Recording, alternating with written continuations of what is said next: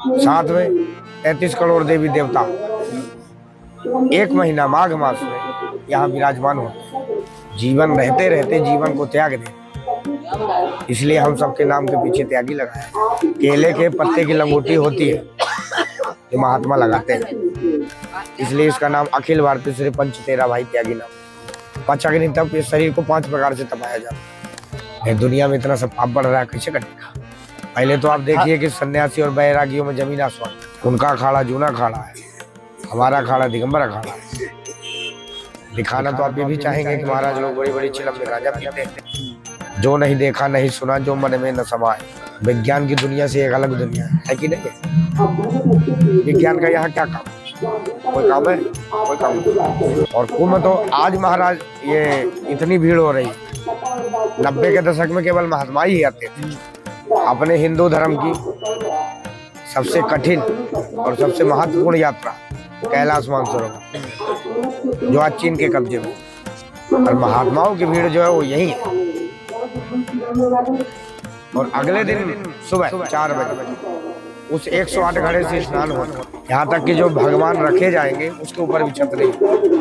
साला किसी लौंडिया को लाके बैठा ले यहाँ, उसके लिए भी अकेला चाहिए ना। 4 लोगों के सामने तो कुछ हो नहीं सकता। इसी तरह आपने जन्म लिया, वहां से आपकी क्लास चालू हो, और युवकों को सही दिशा देने के लिए धर्म से उत्तम व्यवस्था कुछ नहीं है। पूरी दुनिया पाप कर रही है, हमारा करना जरूरी थोड़ी है। हमारा तो पुण्य करना जरूरी है। हम कहीं भी जाते हैं तो तुम्हारे जैसे लोगों को पकड़ते हैं, तो क्या आने वाला भविष्य लाइन यहीं से बिगड़ती है। बस इस दुनिया को भी ब्यूटी पार्लर समझना, जो दिखाई दे रही ऐसी है नहीं। मानसिक डिप्रेशन बढ़ता है, क्यों? क्योंकि उनकी जिंदगी में धर्म ही नहीं है, बाकी सब कुछ। किस महात्मा ने क्या दिया जिससे जीवन में उथल पुथल बढ़ गई?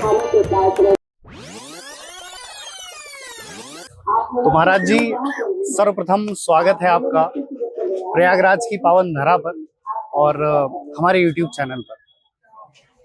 मेरा पहला प्रश्न वहीं से आता है कि अब तक का जो ये दिव्य और भव्य कुंभ है, इसका आपका अपना अनुभव कैसा रहा?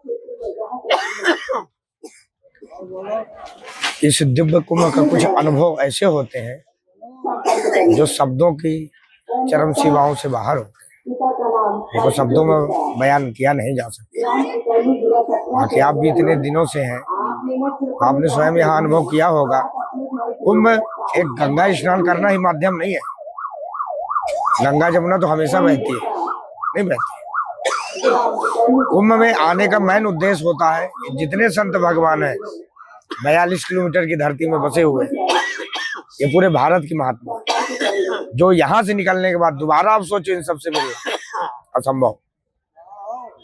एक सरल और सहज अवस्था में इस कुंभ नगरी में उन सबका दर्शन होता है। साथ में 33 करोड़ देवी देवता एक महीना माघ मास में यहाँ विराजमान होते हैं। अब वो किस रूप में होते हैं ये वही जाने। तो महाराज जी, मैं चाहूंगा कि दर्शकों को आप अपना परिचय दें, अब देखने वालों को, कि आपका अखाड़ा और हम सब जो है अखिल भारतीय श्री पंच तेरा भाई त्यागी, खाक चौक अयोध्या, और जो है हम सब दिगंबर अखाड़े से वैष्णव साधु, और हमारे नाम के पीछे त्यागी शब्द लगाया जाता है। त्यागी मतलब जो अपने जीवन रहते रहते जीवन को ही त्याग दे। वस्तुओं को त्याग तो बहुत कुछ होता है, जीवन रहते रहते जीवन को त्याग दे, इसलिए हम सबके नाम के पीछे त्यागी लगाया है। यहाँ तक कि लंगोटी भी जो लगाते हैं वो कपड़े की नहीं होती, केले की होती है। अच्छा, ये पहली बार सुन रहा हूँ मैं। हाँ, केले के पत्ते की लंगोटी होती है जो महात्मा लगाते हैं। तेरा भाई त्यागी। तेरा भाई, यह एक गुरु जी के 5 शिष्य थे, 5 के 13 हुए, इसलिए इसका नाम अखिल भारतीय श्री पंच तेरा भाई त्यागी नाम। इसकी शाखाओं में आज कम से कम 2 लाख से ज्यादा साधु है पूरे भारत। अखाड़ा हमारा दिगंबर है।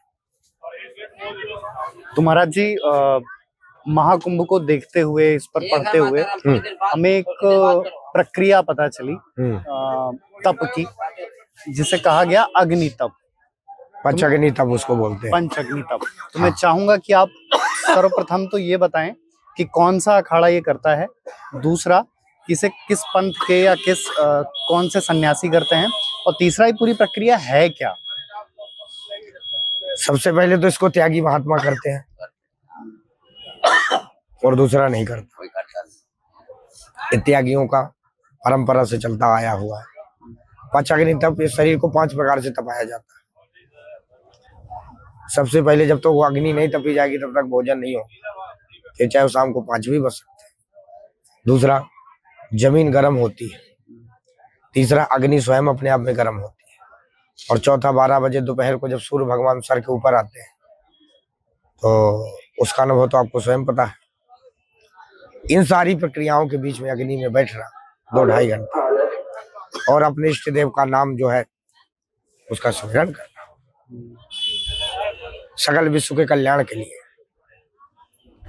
इसमें हम हर व्यक्ति का शरीर नाजुक होता है, नहीं होता, महात्माओं का भी होता है, लेकिन उनको तपाना आवश्यक है। दुनिया में इतना सब पाप बढ़ रहा है, कैसे कटेगा? आप सब यहाँ महात्माओं को ना देखने आए हैं, तो यहाँ आप वो चीज देख रहे हैं जो आप तक आज तक देखी नहीं। टीवी में तो महाराजों के बारे में बहुत कुछ देखा होगा, नहीं ये देखा है किसी ने दिखाया? ये हम कोई आज तो कर नहीं रहे, सदियों से चला आ रहा है। तो 4 महीने की तपस्या होती है, 18 साल की प्रक्रिया होती है पूरी। यदि एक दिन भी एब्सेंट होता है तो 1 साल बढ़ जाता है। सूर्य उदय से लेकर सूर्य अस्त तक इस प्रक्रिया को करना पड़ता है। अच्छा, एक दिन भी अगर छूटी तो उसको 1 साल बढ़ गया, 1 साल और अधिक करना पड़ेगा। मतलब 1 साल अधिक शरीर को तपाना पड़ेगा फिर से नए सिरे से। सबसे पहले पंचधूनी तपी जाती है जो 3 साल में, फिर द्वादश धूनी तपी जाती है जो 3 साल में, फिर जो है 84, मतलब 84 धूनी अलग अलग तपा जाता है, अलग 84 जगह बना के। इसका मतलब 84 बार? हाँ, 84 बार। ये 84 लाख योनियों से मुक्ति मिलने के लिए 84 धूनी तपी जाती है। फिर कोट धूनी लगती है, फिर सर में खप्पड़, आखिरी खप्पड़ रख के धूनी तपी जाती है। हाँ, मैंने तस्वीर देखी महाराज जी जिसमें सर के ऊपर आखिरी 16, 17 और 18 साल, तीसरा वही है आखिरी। अच्छा, तो मतलब जो महाराज जिन सन्यासी के ऊपर वो खप्पर है वो पहले तो आप देखिए कि सन्यासी और बैरागियों में जमीन आसमान बनता है। अच्छा, बाबा को जो दिखाया जाता है, बाबा सब एक जैसे नहीं होते। वो जो सामने वाली पट्टी लगी है तो और जो इधर की पट्टी है, हाँ, दोनों के बीच में जितनी चौड़ी रोड है ना, हाँ, उससे कहीं ज्यादा गैप भी है। हाँ, उनके जीवन काल में और इस जीवन काल में बहुत अंतर है जी। उनकी रहनी सहनी और हमारी रहनी सहनी में बहुत अंतर है। वो सन्यासियों में आते हैं, हम बैरागियों में आते हैं। उनका अखाड़ा जूना अखाड़ा है, हमारा अखाड़ा दिगंबर अखाड़ा है। कुंभ में जो 4 स्नान होते हैं, 2 स्नान में पहले वो आगे नहाते हैं, 2 स्नान में पहले हम आगे नहाते हैं।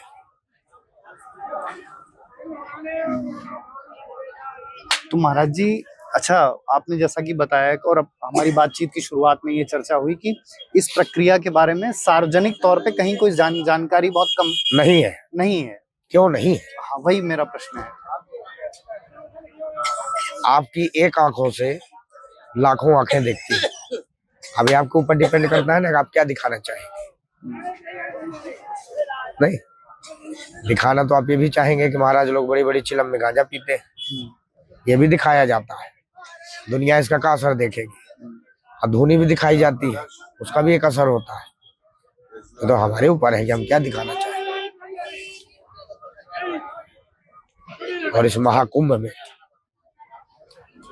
अद्भुत, जो नहीं देखा नहीं सुना, जो मन में न समाए, न देखा न सुना, न कभी अपने मन में इतने आ सकता है विचार कि ऐसा भी कुछ होता है। विज्ञान की दुनिया से एक अलग दुनिया है कि नहीं है? विज्ञान का यहाँ क्या काम? कोई काम है? कोई काम नहीं। महाराज लोग ना हो तो सरकार भी व्यवस्था नहीं कर सकती, कर लेगी इतनी व्यवस्था नहीं कर सकती। और कुंभ तो आज महाराज ये इतनी भीड़ हो रही है, 90 के दशक में केवल महात्मा ही आते थे, और गिने चुने लोग, बड़े बुजुर्ग जो है वो आते थे।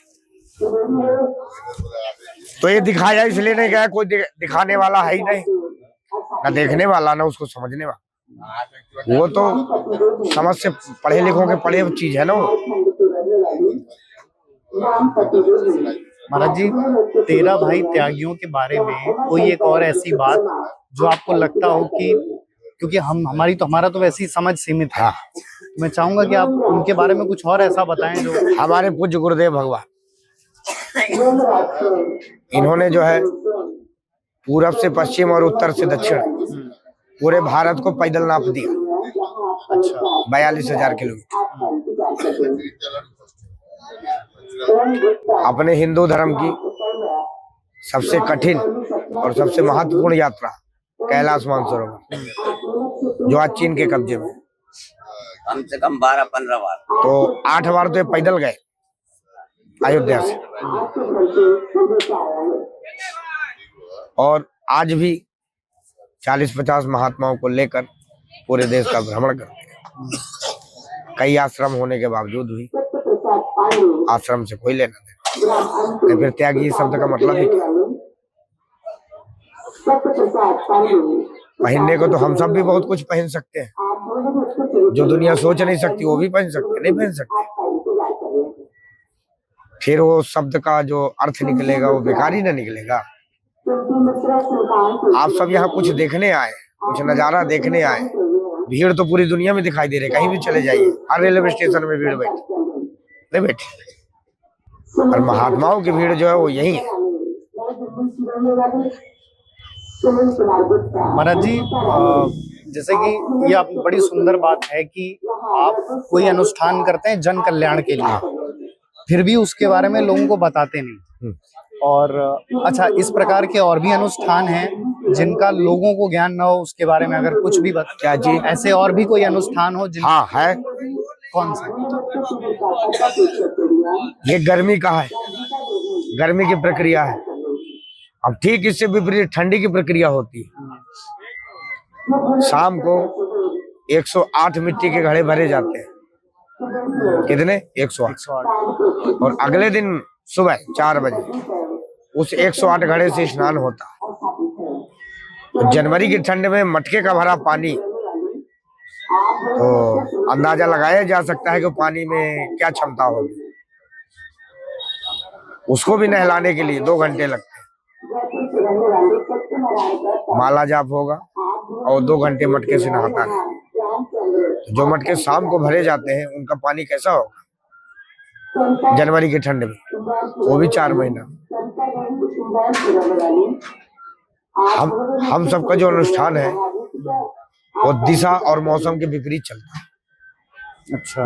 दिशा और मौसम, गर्मी में ये चलता है। नहीं, अग्नि तो ठंडी में भी तापी जा सकती थी, पर नहीं, गर्मी में 108 घड़े का काम तो अभी मई जून में भी किया जा सकता है, पर वो ठंडी में। इसी प्रकार बरसात में भी 4 महीने दीवार तो रहेगी पर छत नहीं रहेगी। दीवार रहेगी पर छत कहीं नहीं रहेगा। लेटरिन बाथरूम में भी छत नहीं होगा। यहाँ तक कि जो भगवान रखे जाएंगे उसके ऊपर भी छत नहीं। ये 4 महीने, ये हम सबकी 4-4 महीने की तपस्या है। महाराज जी, अच्छा, एक मैं और प्रश्न कर ले रहा हूँ कि आपका वक्तव्य बड़ा सुंदर है। क्या है कि सरकार ने वो कहा कि ये दिव्य कुंभ है, भव्य कुंभ है और डिजिटल कुंभ है। तो ऐसे हर सिक्के के 2 पहलू। एक तो सकारात्मक पहलू है कि कुंभ का जो उद्देश्य है उसका प्रचार प्रसार हुआ, लेकिन उसका नकारात्मक पहलू ये हुआ कि जो विषय उतने महत्वपूर्ण नहीं थे, उनको उतना ध्यान देने की जरूरत नहीं थी, वो भी विमर्श में आ गए, है ना। जैसे कोई ऐसे बाबा विमर्श में आ गए जिन जो किसी अखाड़े से नहीं है, या जिन अभी हमने क्या बताया जी कि हम वो दिखाना चाहते हैं जो दुनिया पसंद करती है। आपकी एक आंखों से लाखों लोग देखेंगे ना, अभी बोला ना हमने, भाई ये दिखाना नहीं चाहेंगे। हमें तो आपके ऊपर क्षमता, दुनिया है। एक जैसे तो उंगली नहीं बनी है तो फिर पूरा संसार एक जैसे कैसे हो सकता है? इसको बना लेने से कोई बाबा थोड़ी हो जाएगा। उसका प्रकरण है, उसका अखाड़ा है, प्रक्रिया है। उसकी प्रक्रिया है। और उसके कई वक्तव्य जो अखाड़े द्वारा उसको सिखाया जाता है, उसको बताया जाता है, उसका आईडी प्रूफ बनाया जाता है। और अखाड़े का साधु जो होगा वो हमेशा झुंड में रहता है, अकेले में नहीं। अंदर गए हैं, देख रहे हो कितने महात्मा हैं अंदर, ये हमेशा ऐसे रहते हैं। पाप करने के लिए कोना चाहिए? नहीं चाहिए। अब यहाँ तो अब इतने लोग बैठे हैं, हम चोरी कर नहीं सकते, उसके लिए अकेला चाहिए ना। साला किसी लौंडिया को लाके बैठा ले यहाँ, उसके लिए भी अकेला चाहिए ना। 4 लोगों के सामने तो कुछ हो नहीं सकता, इसलिए महाराज लोग अकेले कम रहते हैं।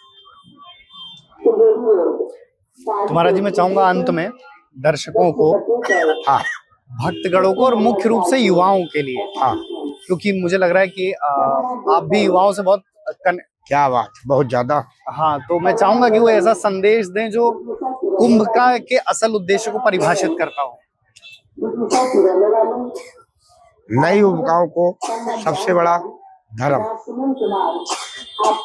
धर्म एक ऐसा विषय है जो आपको कई विषयों से बचाए। आपके मूल जीवन के अध्ययन में कई सब्जेक्ट होते हैं, हर सब्जेक्ट में आपको उत्तीर्ण होना आवश्यक है। इसी तरह आपने जन्म लिया, वहां से आपकी क्लास चालू हो गई और मृत्यु तक आपके जीवन के 5, 7, 6 सब्जेक्ट ऐसे हैं जो महत्वपूर्ण। बचपना से 5 साल तक दूध पीना, 5 से 25 तक पढ़ाई करना सब्जेक्ट है, 25 के बाद विवाह करना, फिर बच्चे पैदा करना, फिर बैंक बैलेंस बनाना, समाज में नाम करवाना, ये सब सब्जेक्ट है कि नहीं? और सब में पास होना है कि नहीं होना?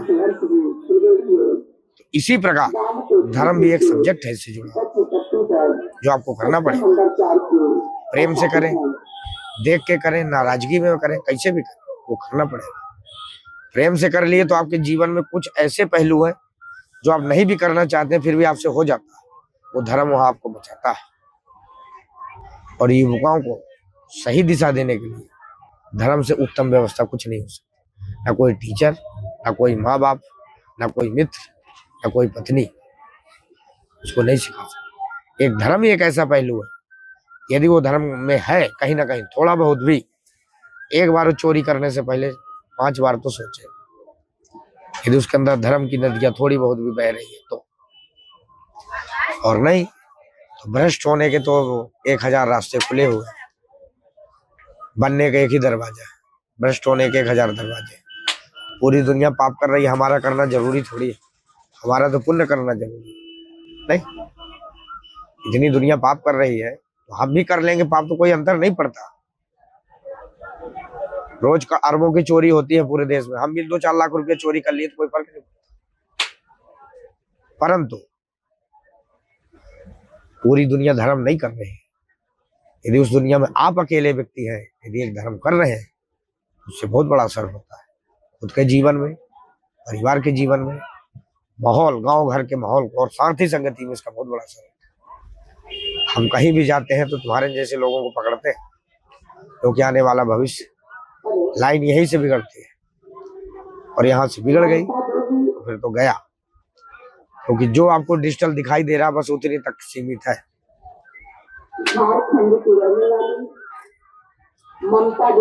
ब्यूटी पार्लर से आने के बाद कोई मुंह नहीं धोता है, उसको पता है कि सब खत्म हो जाए। तो बस इस दुनिया को भी ब्यूटी पार्लर समझना, जो दिखाई दे रही ऐसी है नहीं। और एक धर्म एक ऐसा है, यहाँ ब्यूटी पार्लर का काम नहीं चलता। हाथ झुकेगा तो श्रद्धा से ही झुकेगा, नहीं मंदिर जाएगा ही नहीं। एक धर्म ही एक ऐसा है नए वर्ग के लोगों का, जो सनातन को और खुद के जीवन को चलाने के लिए बहुत सार्थक है। कई ऐसी चीजों से बचाता है जिसकी हम कल्पना भी नहीं कर सकते। छोटी छोटी चीजों से बचाता है, मानव जीवन की चाल सिखाता है जीने की। जिंदगी में थोड़ी थोड़ी बातों में लोगों को जो हार्ट अटैक आता है, मानसिक डिप्रेशन बढ़ता है, क्यों? क्योंकि उनकी जिंदगी में धर्म ही नहीं है, बाकी सब कुछ बहुत कुछ पर धर्म नहीं।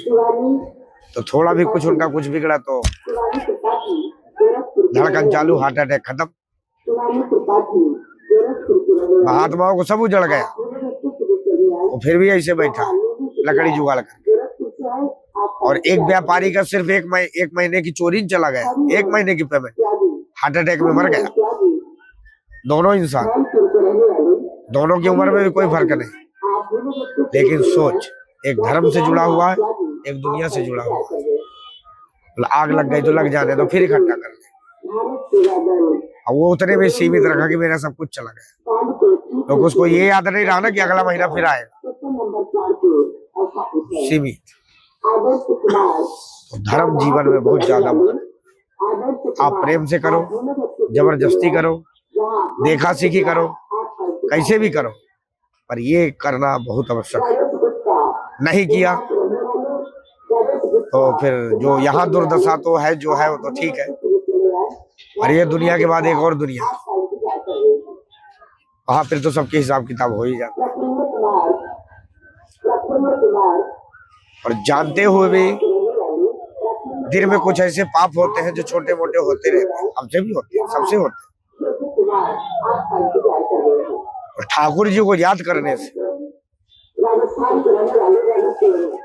उनमें बढ़ोतरी नहीं हो, घटोतरी होती है, उनका क्षय होता है, नाश होता है।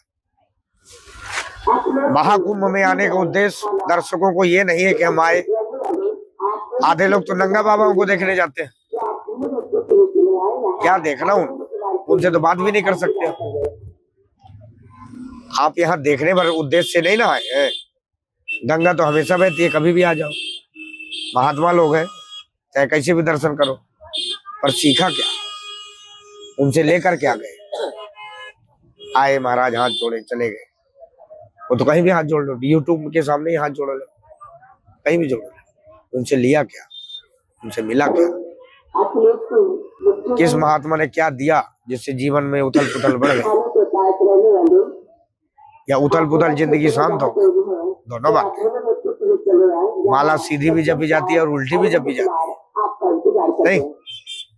हाँ, और हम सब उल्टा नहीं जपते हैं, ऐसा उल्टा ही उल्टा हो जाएगा। जिंदगी सीधी जीने के लिए, सीधी राह पर, और दुनिया की सकल कामना के लिए एक माई बाप छोड़ने के बाद पूरा संसार, भाई बहन बेटा सब, जरूरत क्या है?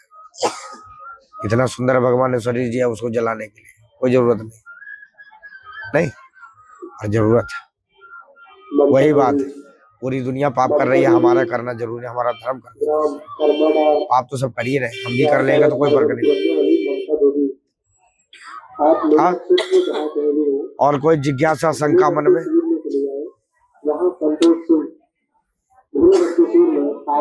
जो प्राप्त है पर्याप्त है महाराज जी। हाँ,